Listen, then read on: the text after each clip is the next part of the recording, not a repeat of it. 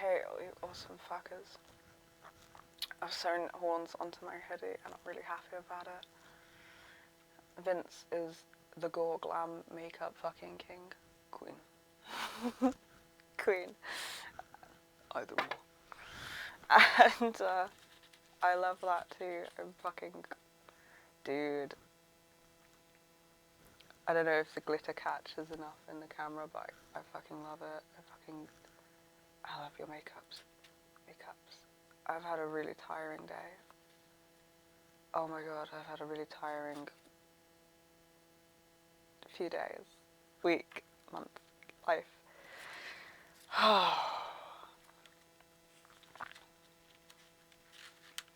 We've had a lot of stuff all like fall into place and be thought about, and it's all very deep core stuff that's one thing alone, one topic alone would be frankly fucking exhausting. I keep like emotionally dissociating a bit, or rather the part of me, I'm thinking a lot about how this fusion works, about my name and about who I am and about why the things that are becoming evident to me are becoming evident, like it's not things that I've always seen.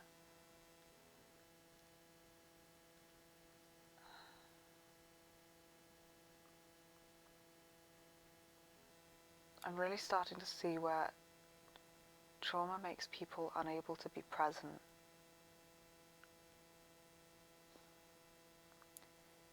I think I see how it used to affect my nan. I think I see how it affects my mom. And I think I see how it affects me. And where times and like a sort of default of it just being so painful that we can't really be fully present and connected to each other and to the people we love, even when we're really trying and we really want to, because being that present and that with our experience and reality in ourselves is so painful. And I'm grateful. I'm so grateful, because starting to be with parts of us and me and you. Could be talking to the tiny little rat you keep on your desk, anything. There's a mirror there. And it's starting to be, oh god, beyond words of relief and awe and fucking, maybe this is what people explain when they have a spiritual, emotional experience. Being with ourselves and with each other is starting to become not just safe, but like fucking incredible. And I am so grateful for that. And still there's elements I recognize, God, where I'm exhausted and I feel a lot of pain and it's hard.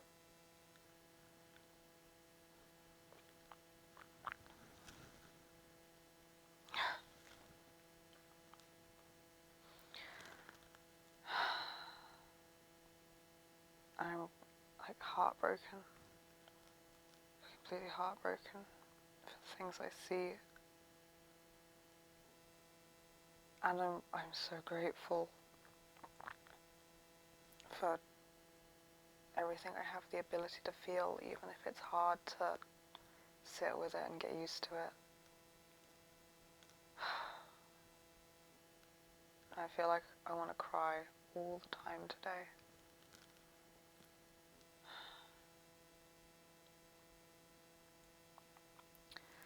And I'm so fucking proud of us.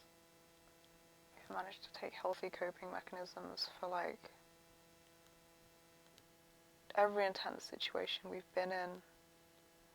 Like,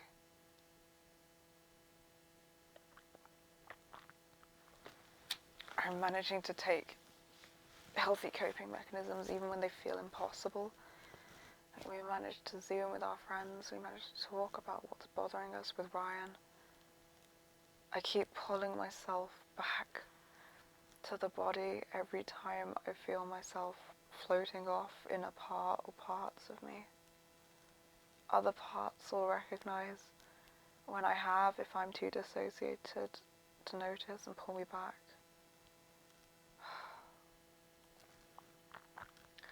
I couldn't.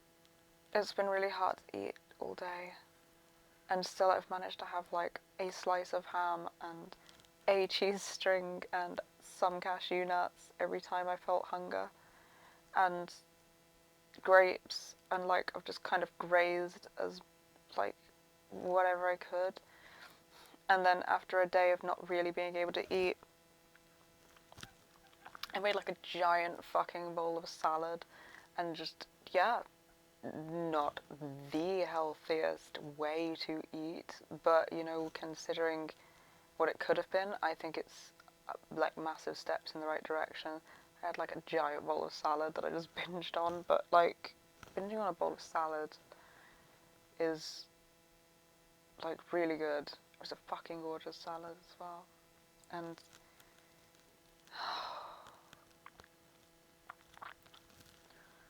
I'm so fucking tired. I feel like I'm gonna cry. My sleeping's flipped back, that's the only thing. It's okay, because I'm gonna sleep, and I'm gonna get enough sleep, so like, I'll focus on when I get that sleep, like try and get it back to being awake in the daylight hours soon. For now, it's kind of just work with what we got, you know.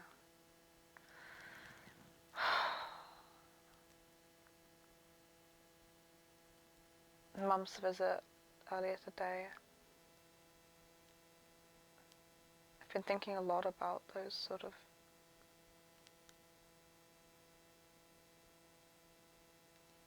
I've been thinking a lot about those topics. About how painful it is that it can be so hard for us to really be here. And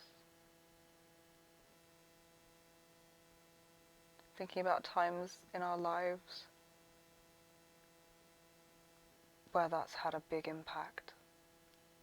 Things that would have been very different if we and the people around us were able to really be here. What it feels like to feel so far away from someone right in front of you.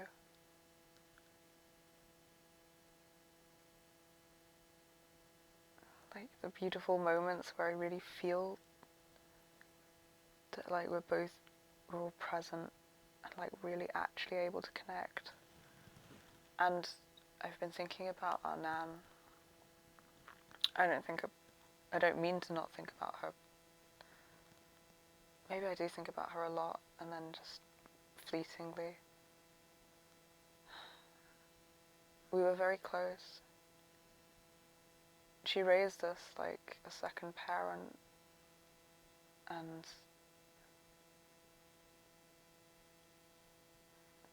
we saw her like almost every day growing up.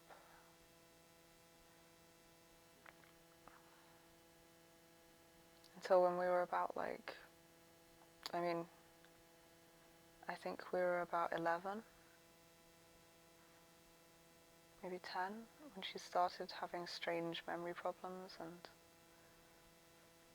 doctors ignored it for a while and said it was menopause, and kept going back to doctors, and eventually she got diagnosed with dementia. She was quite young. I think she was maybe 60, 62, around that, when she was diagnosed.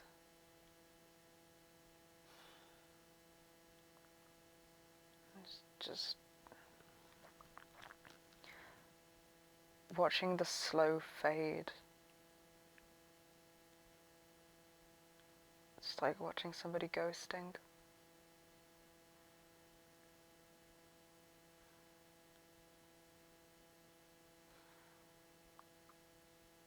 There's a lot. There's so much that those years We used to stay around her house like 3 or 4 days a week and take care of her, get her to meetings, like social things, social tai chi. We used to go on really long walks down the river and the woods with her a lot, and watch films, cook and clean, make sure that we got meals every day done. And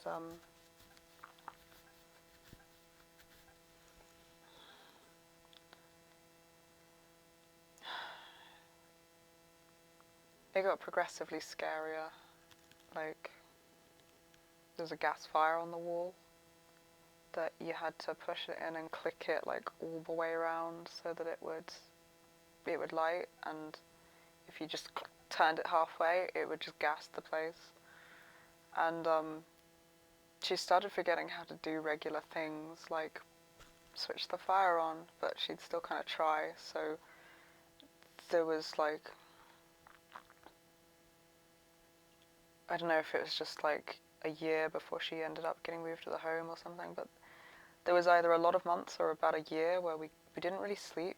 We just we didn't really sleep till daytime, or we caught hours here and there, but we'd like sleep on the sofa for a bit or stay up through most of the night on the sofa watching with there's Dee then, who was the only person I was in contact with in this system, who I thought was a demon possessing me. Or like the literal devil, who did not help with those thoughts.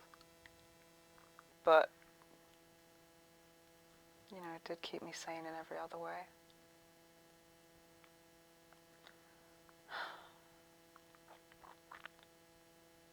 And we'd sit and binge watch episodes of Friends and Buffy on VHS in the living room, make sure that she didn't like come and try and turn the fire on in the middle of the night, or try and take too many of her tablets and stuff like that.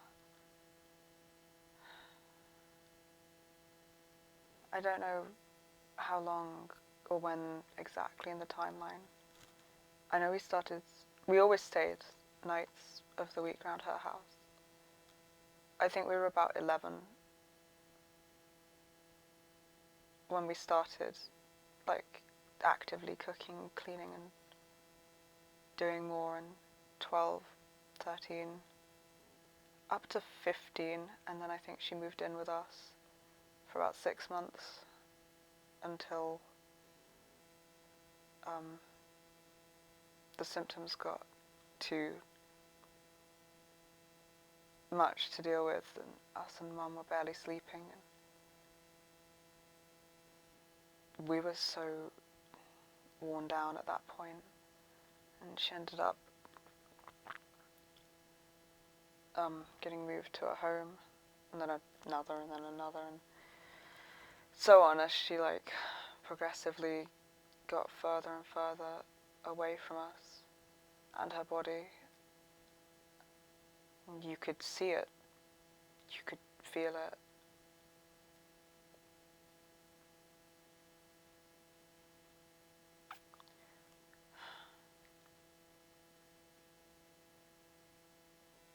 And it felt so painful and so terrifying, horrifying, and kind of familiar. And I think familiar because this is what trauma does to people in some ways as well.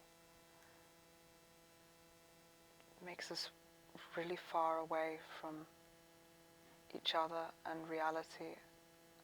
Like, there's sometimes I get very tunnel vision, actually all the time whenever I'm not grounded with every part of me to the front. It's like there's a long corridor between me and the eyes and the room and the environment, anyone that we're looking at, anything around us.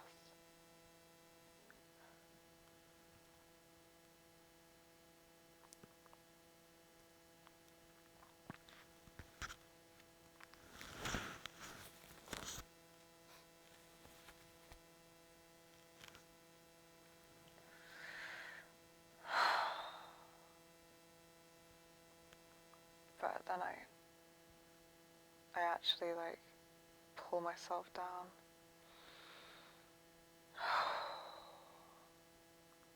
Into the body for a minute, and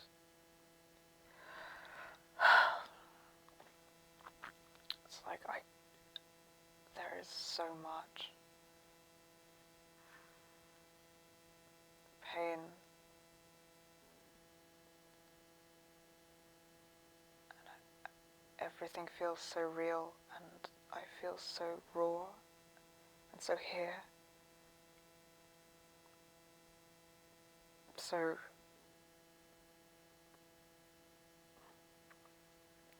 visible and observable and vulnerable and unguarded and exposed and existent, and like there is no buffer of dissociation, derealization, depersonalization. I don't know if there's no, because actually I don't know what that's like, but there's so much less than with other parts of me in front of me, between me and the outside. And generally the shock of it sends me back again. I am so tired. I've been like dipping in and out all day. So Mum's visit, and I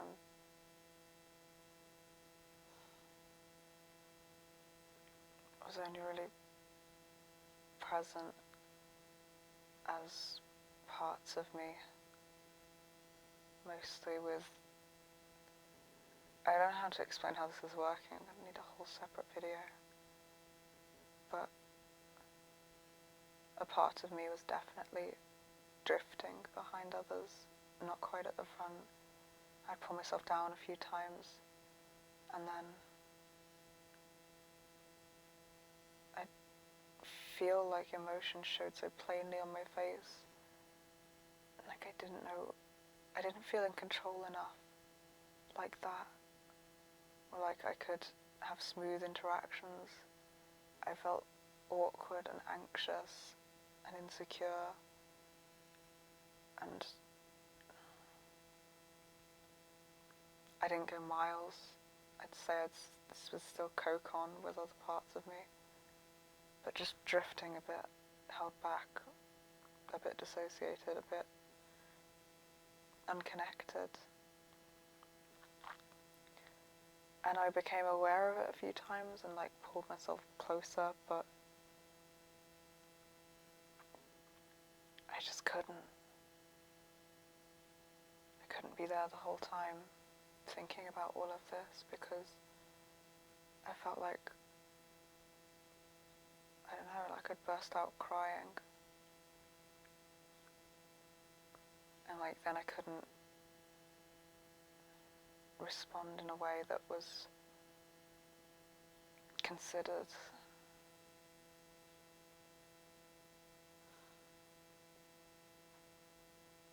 I'm so tired, I feel like I can barely even breathe.